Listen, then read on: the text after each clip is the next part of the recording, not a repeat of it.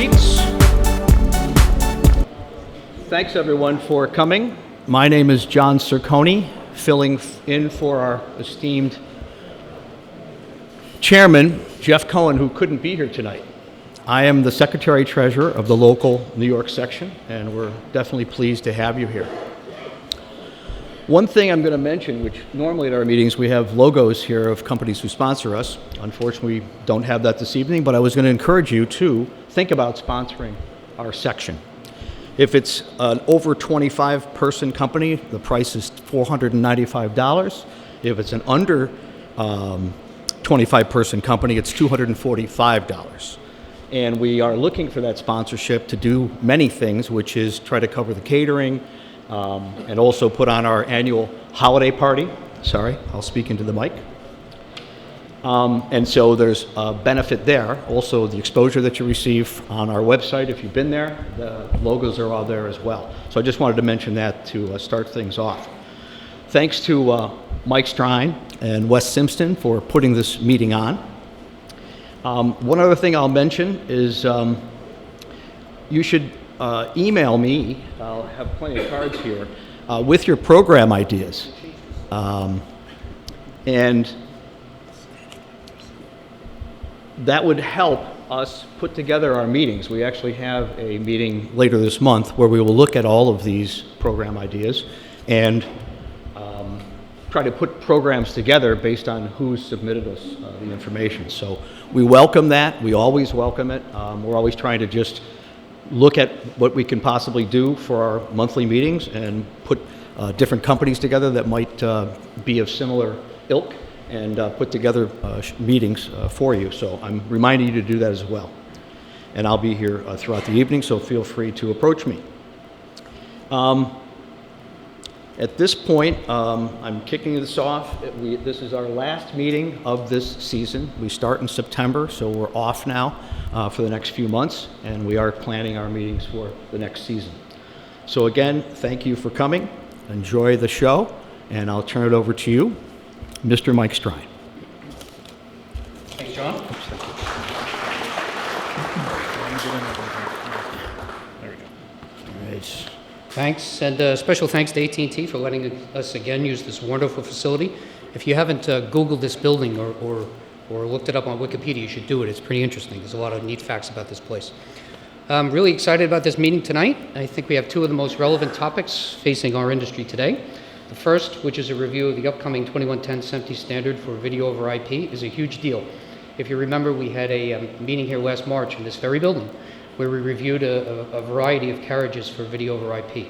What's unique about 2110 is that there is consensus across the board from every manufacturer that it's going to succeed. There's a tremendous amount of talent on this committee, and the best and brightest from so many companies. And we're lucky to have Wes Simpson, who's an active member of the committee, here to give us a review. Wes, by the way, is also the caterer tonight. He brought all the food in himself, so you should get a special hand just for that. Yeah, exactly. Wes is president of Telecom Product Consulting and has 35 years of experience as an industry speaker at events such as VidTrans, SMPTE, NAB, and IBC, and is a regular columnist for TV Technology. Wes recently developed and continues to deliver well-received training seminars for the VSF, IEEE BTS, and SMPTE. Wes is currently the Secretary-Treasurer of the Connecticut subsection of SMPTE and serves on the Board of Editors for SMPTE Journal of Motion Picture Imaging. He's also a voting member of the National Academy of Television Arts and Sciences, Technology and Engineering Emmy Awards Committee. Thank you, Wes. All right, Mike. So, everything working? Okay, so good evening, and I wanted to, first of all, tell you how much fun it is to drive through New York with a car full of food, but it's, now I remember why it's okay paying $20 for the train. It's not a bad thing. So what I wanted to talk about tonight is a topic that has become more and more relevant in terms of the huge variety of new activities, new efforts that are going into IP video, and the whole transition over to the video over IP market. And so my inspiration for this was really an old book on the shelf when I was a kid growing up called, A Field Guide to Birds of North America, truly a classic reference. And my thought was, why don't we have a field guide to IP video, talking about what's going on, the different species that are involved out there, the different functions that we're going to be able to provide using IP video, and just to give you sort of a lay of the land. We're not going to have time to go into all of the really picayune details, but it's going to give us a chance to take a look at many different things as we go through some of the different topics. So there's a little bit about me and my favorite habitat. So one of the things I always like to do when I'm talking about any kind of technical subject is make sure we all understand why we're doing something. And if you think about it, taking high-speed video signals that are exquisitely timed, high bandwidth, uncompressed, and trying to cram them over an IP link that might require compression, that might take that nice linear stream of information, chop it up into packets, possibly mess around with their timing, bunch them up, spread them apart. It's kind of a terrible thing to do to video when you think about it. So there's got to be some good reasons. And one of the first reasons is the flexibility. If you think about what you had to do to install a office that was involved in the media industry maybe 15 or 20 years ago, you had to bring in all sorts of different connections. You had to bring in a local area network connection, you had to bring in a phone connection, probably had to bring in some sort of cable TV connection, you might have to bring in some SDI, you might have to bring in some sort of a file system access. Today, all of those different types of connections have all condensed onto IP. In fact, high performance broadcast video is one of the last places that's actually adopting IP technology. Adaptability. We're at the forefront of a huge amount of change in the industry. As our speaker that follows me tonight will be talking about high dynamic range, that's a whole new paradigm in terms of how we're going to design our workflows and architect our systems. As we go to Ultra HD, as we think about virtual reality and augmented reality and all the other changes that are going on in our industry, do we need to build a new backbone for each one of these, or are we going to build a general purpose one to take care of all those different things? Cost. Very low cost in the local area network. Basically, any new device that you buy today has an IP connection built into it. So in that standpoint, it's almost free on the device end, and the infrastructure is coming down in price. Even the wide area networking infrastructure is coming down in price. I saw an ad earlier this year for a 10 gigabit link from London to New York for $2,500 a month. A few years ago, that's what it cost you to get a monthly video from New York to Philadelphia. So it's just amazing the cost that's happening. Internet protocol literally goes everywhere that humans are. The International Space Station, the South Pole research facilities, and anywhere you want on the Earth's surface. They're even launching thousands of new satellites to make that a reality. And it's existing technology. If you look at the broadcast industry, in a year we might do 20, maybe $30 billion worth of hardware and software and related equipment. That's as much product as Hewlett-Packard ships in a single quarter. So there's just a tremendous, economy of scale. So here's a diagram I put together kind of to illustrate the ecosystem, show you some of the places where we're using IP video today. And every blue line on this diagram is an IP connection.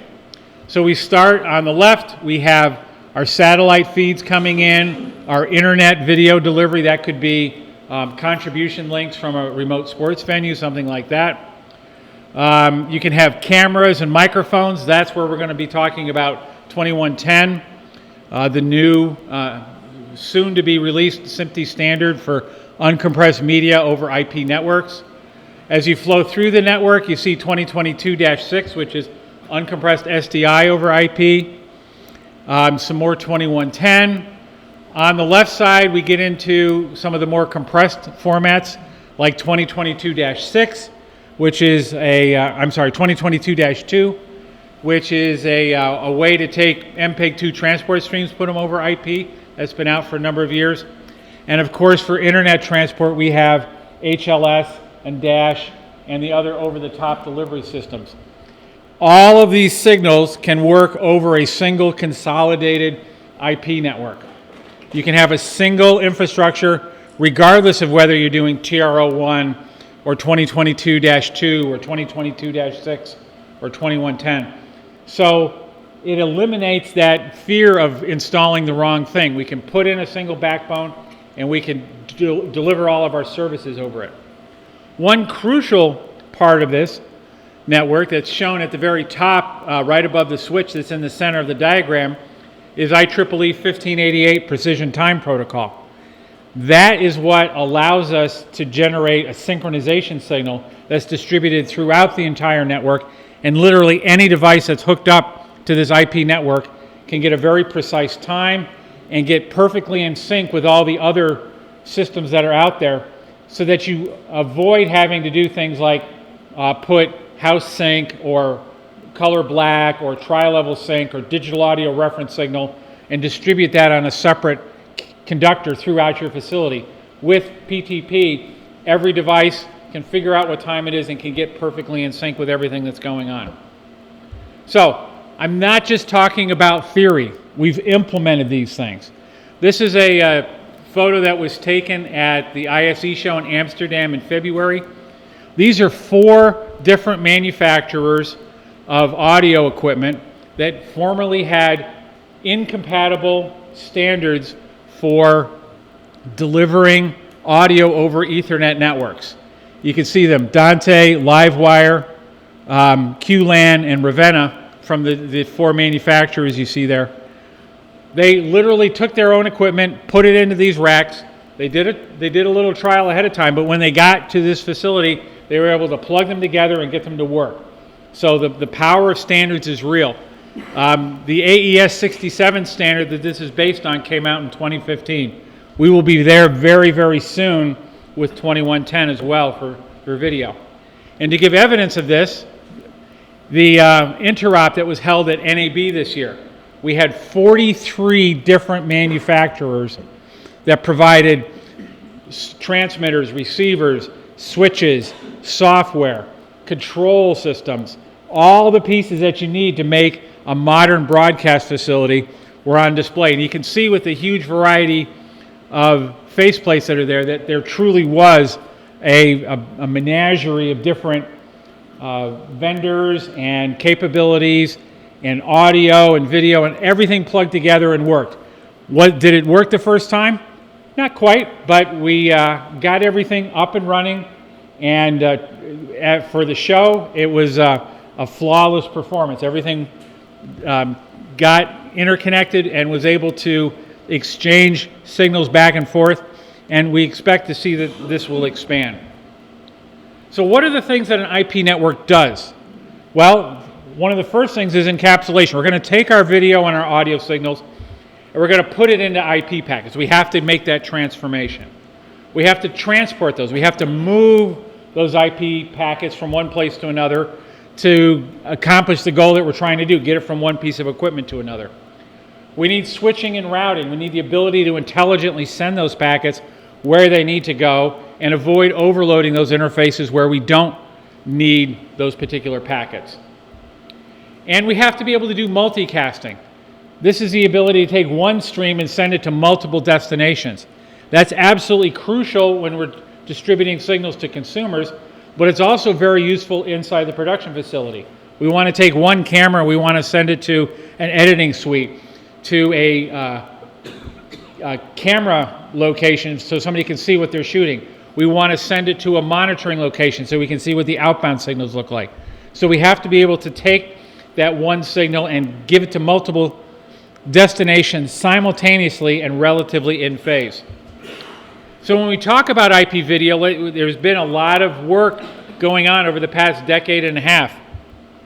And one of the earliest forms of IP video was called Pro MPEG Code of Practice 3. It was a way for vendors to get together and send compressed video from one device to another. That evolved into SMPTE 2022-1 and 2. Again, compressed video over an IP network. A couple of new flavors of that, a couple different flavors that worked with non-constant bitrate streams are SMPTE 2022-3 and -4, and TR01, which is a dominant format today for taking high-performance video from sports venues, compressing it lightly using JPEG 2000 and sending it back to the studio. So JPEG 2000, TR01 is going to give you very low delay, very quick recovery from a system fault, and is very dominant in terms of how we're going to deliver video back to a production facility. It's the first step down after you get away from uncompressed. So uncompressed, the IETF was actually ahead of SMPTE with a standard that came out in 2006 called RFC 4175 for uncompressed video over RTP. That combined with AES 67 was the inspiration for the Video Services Forum TR03, which is today the only fully released spec that really completely talks about uncompressed video. And the big change about TR03 versus some of the formats that came out before is that each form of media is sent as a separate packet stream. So video is sent as one stream, audio is sent as another stream. You can take your metadata, your ancillary data, send that as another stream. And because we've got this clock that's common throughout the entire system, we can timestamp them at the origin where we create those signals, and we can resynchronize them at the destination where you have, again, the clock is present so that you can achieve things like video and audio synchronization and all those other things that our customers like to see. SMPTE 2110 has been in the works for over a year now.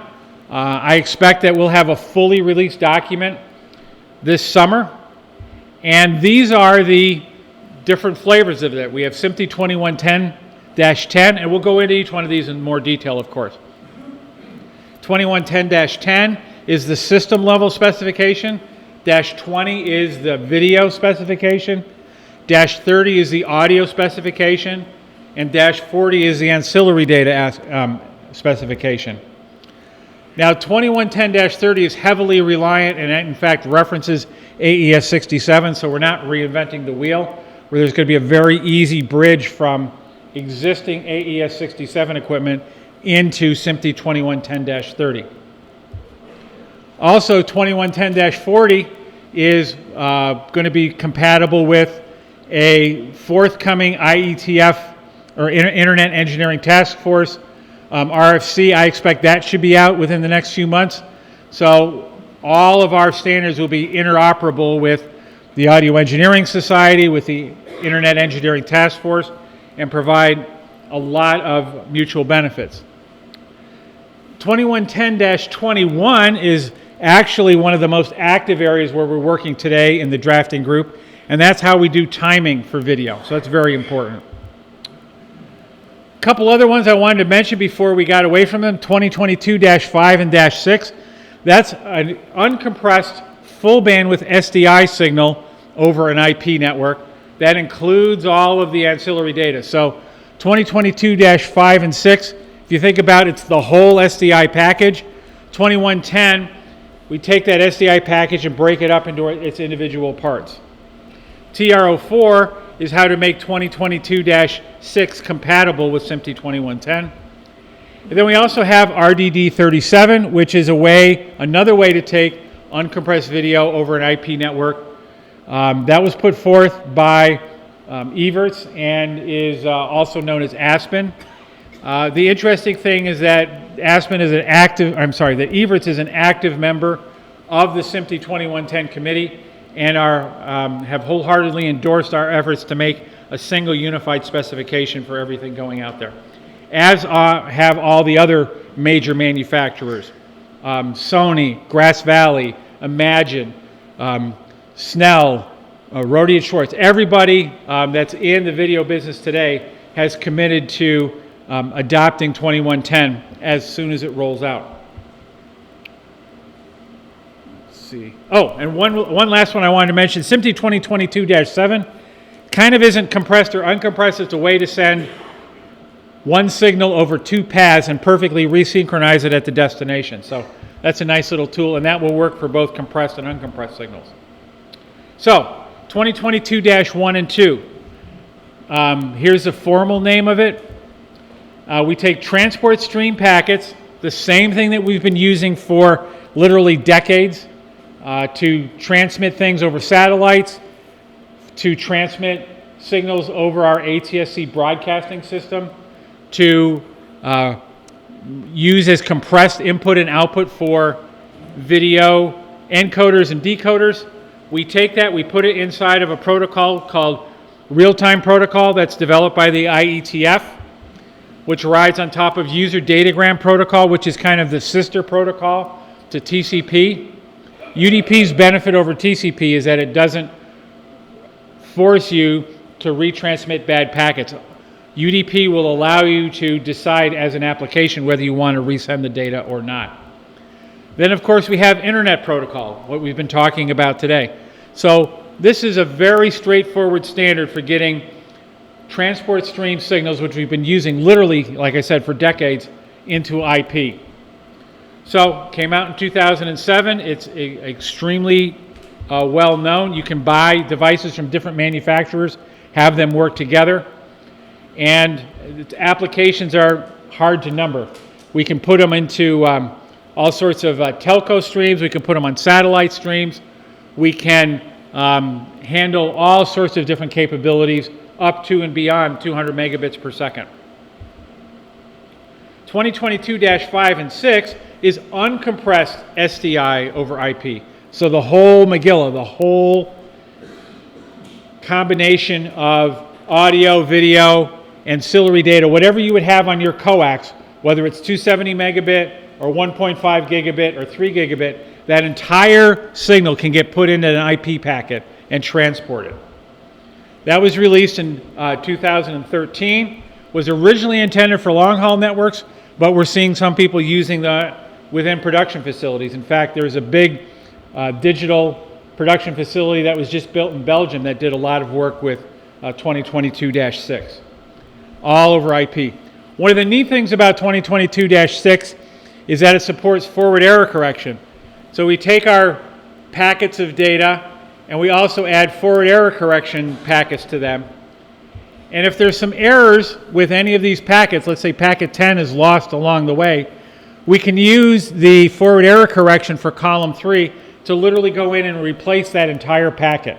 So that's a big benefit for getting signals intact over short haul and long haul networks. And this example here shows 3 packets in a row being lost. And again, with the FEC, we can support repairing all of those packets and keeping our stream intact without having to retransmit our information. So, it was originally developed for uncompressed digital over long haul, but now we're using it by users to do many, many other applications. One of the big areas is for handoffs. Broadcasters are using this to deliver uncompressed signals to their distribution partners, their cable TV, their satellite partners, etc., to deliver an even higher quality signal to the home. So 2110-10, which is a system level specification. This diagram here really shows the essence of what this does.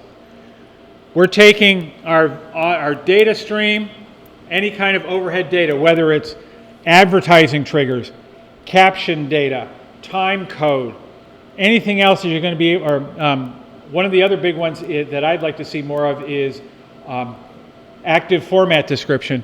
Getting all those different signals into a separate stream that can be processed and intelligently managed within an IP network. Then we have our audio signals. You can have 8 channels of audio. You can have 39 channels of audio. Whatever you need for your application, those can flow over separate IP streams. And then your video signal, uncompressed. And notice here, I deliberately made this diagram so that the size of the pipe for SDI actually gets smaller when we strip off all of the vertical and horizontal information we actually take our 3 gigabit SDI signal. Okay, we actually take our 3 gigabit SDI signal and get it down to, for 1080p uncompressed, get it down to about 2.7 gigabits. So we save a tremendous amount of bandwidth by getting rid of the vertical and horizontal blanking space, but it's still uncompressed video. Every single pixel, every dot of color that's in that image is being carried uncompressed through this link. We're just stripping off things that we don't need. And then at the bottom there you see a little document, something called SDP. Session Description Protocol is the key to how we keep track of which video signals belong with which audio signals and how everything synchronizes together. So hopefully it'll be out in 2017. Again, it's based on TR-03, which is already in the wild, but there's definitely some refinements and enhancements coming out of the SMPTE organization. The system level spec defines these concepts, that each thing is a separate stream, defines how timing works together. It defines session description protocol and gives us a lot of information that we need in order to build up a complete solution. And of course, we're using it for a wide variety of standards, and this is an extensible standard. Right now we have 4 parts coming out. There's part 50 and part 60 are in the works. We already talked about part 21. So there will be lots more activity on this over the next few years to add new features and functions. Video. The whole idea here behind video is that we're going to take every pixel, every bit of video information that's in the active picture area and send it along in the stream. If we're working with 422 video with 10-bit sampling, we're going to take 4 10-bit color samples, a blue color difference, a green color difference, a green luminance signal, a red color difference, and another luminance signal. Those 4 10-bit numbers will together take up 40 bits and give us a 5-byte field that we're going to use inside of our 2110-20 transport system. If you can see here, for other formats, there's other formula for how to do that. So instead of having to do 2 pixels and 5 octets like I've illustrated, we might do for 411, we might do 4 pixels in 6 octets for an 8 bits per sample system, or 4 pixels in 9 octets for 12 bits per sample. So this standard is extensible. If we go high dynamic range with 12 bits of video, we can handle it. If we go to 16 bits of video monochrome, we can handle it. If we go away from YCRCB, we start going to RGB, we go to any of the other color spaces that are out there, this standard can handle it. So the beauty of this is that we don't have to rewrite the standard every time.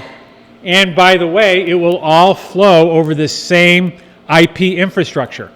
I don't have to go replace my routers, my switches, all my other IT infrastructure. As long as I have enough bandwidth, we can get it through that system. So again, the applications, innumerable. Any place where you're doing video, you can use 2110-20.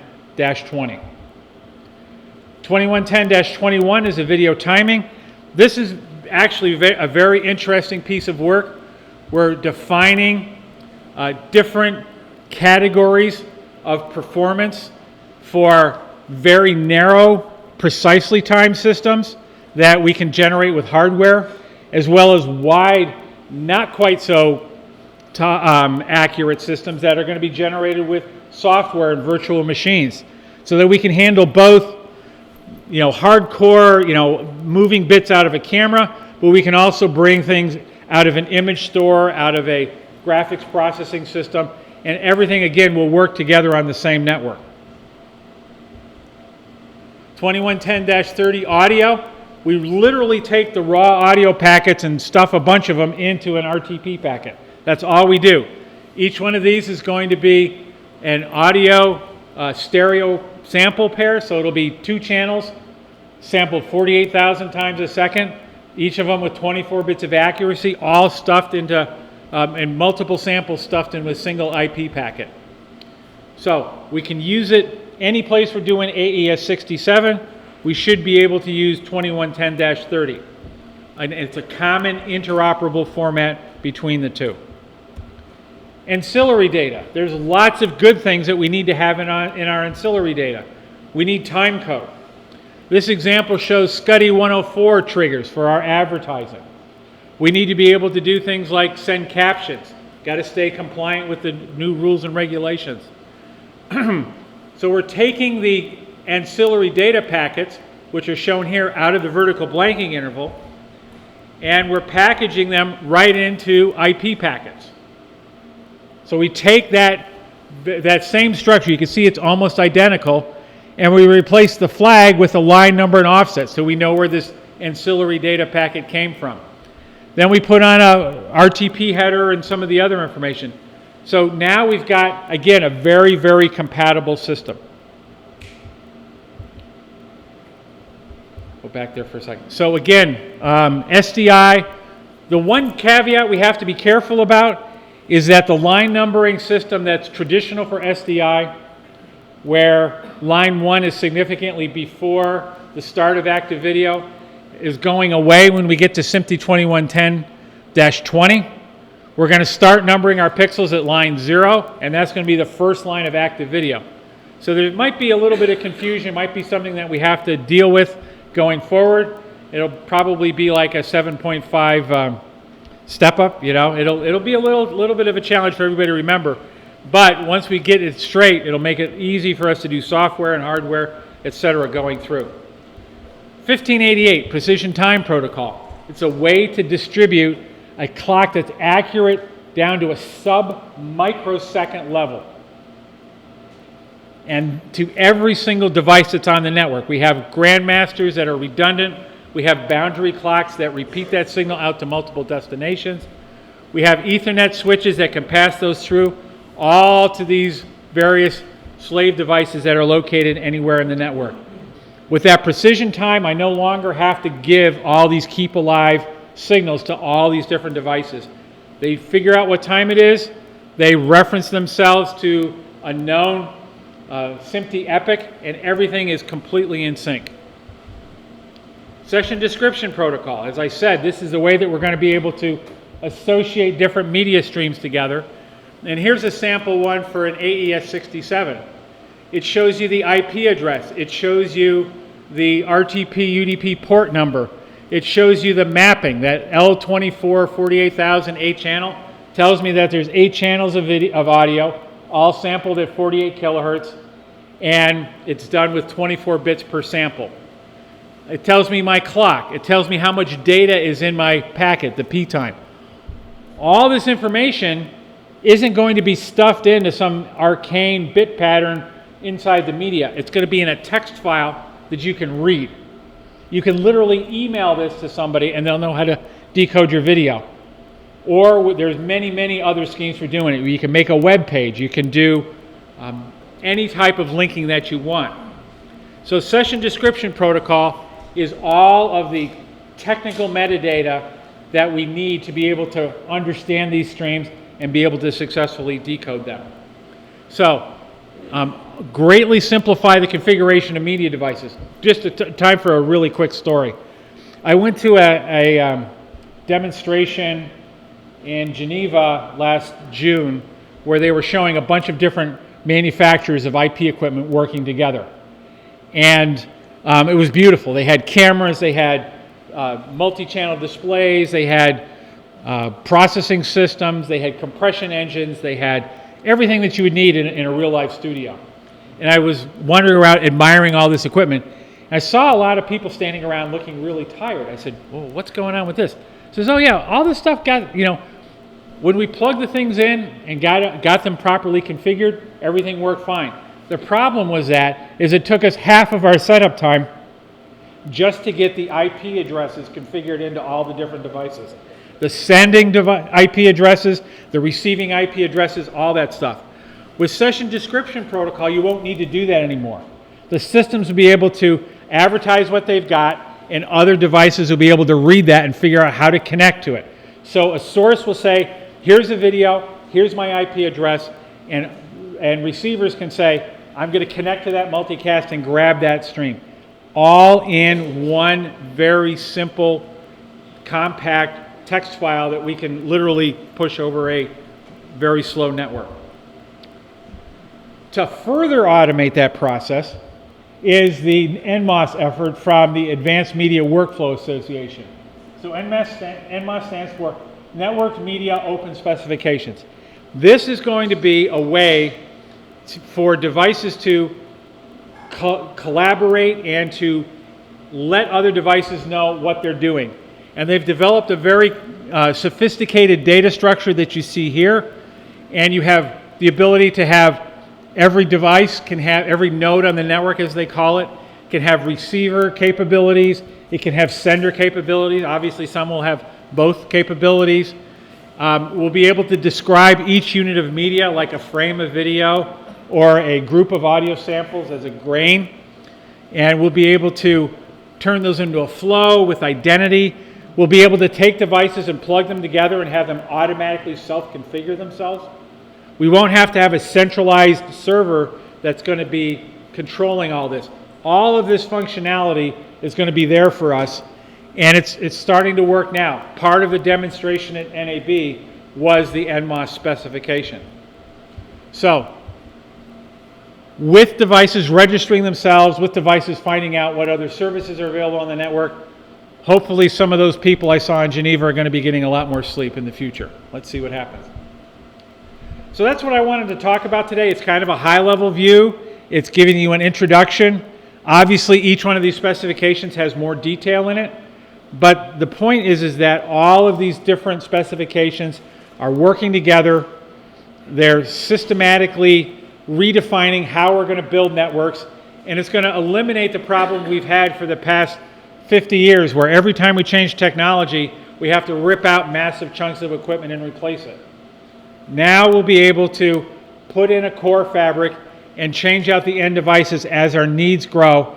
And in fact, there's no reason why you can't have an IP router and switch system running HDR for one channel, running standard def for another channel, running virtual reality for an online system you're doing, all through the same infrastructure. It will all work over the same IP backbone.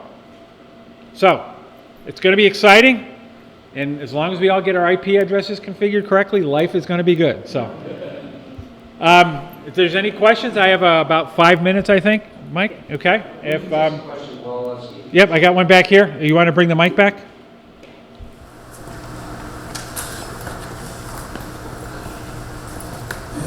Hugo Gaglioni from Sony. Yes. Do you know if they finally agree on a minimum number of timestamps for the PTP distribution between the audio and the video? There's still a little bit of work going on with that in terms of how often the PTP signals have to come out. There's two different ranges. There's a range that's SMPTE defined, that's very aggressive, lots and lots of timestamps per second, like once every 64th of a second. And then there's the AES standard, which is much more relaxed. It's not quite as frequent. We're trying to settle on a common ground between those two. So it's going to be somewhere between an 1/8 of a second and a 1/16 of a second is where I think it's going to settle out. Now I know there's folks from Sony that are actively involved with that, and that is going to be, I think, a way for all those different devices to play together. So I think that's what we're going to end up with, but standards bodies, you can always decide something at the last minute. But I think we're pretty good shape on that. Any other questions? All right, very good. Thanks so much.